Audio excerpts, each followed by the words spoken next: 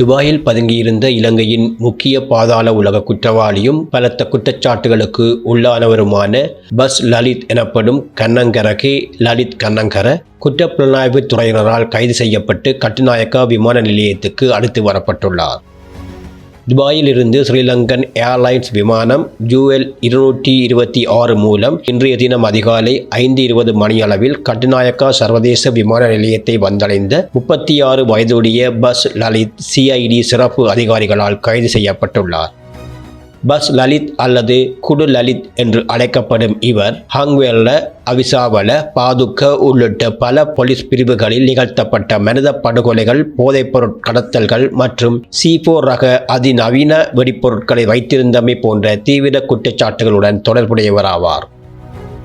விமான நிலையத்தில் முதற்கட்ட வாக்குமூலங்கள் பதிவு செய்யப்பட்டதை அடுத்து சந்தேக நபர் பலத்த பாதுகாப்புடன் கொழும்பு மத்திய குற்றப்புலனாய்வு பிரிவிடம் விசாரணைகளுக்காக ஒப்படைக்கப்பட்டுள்ளார்.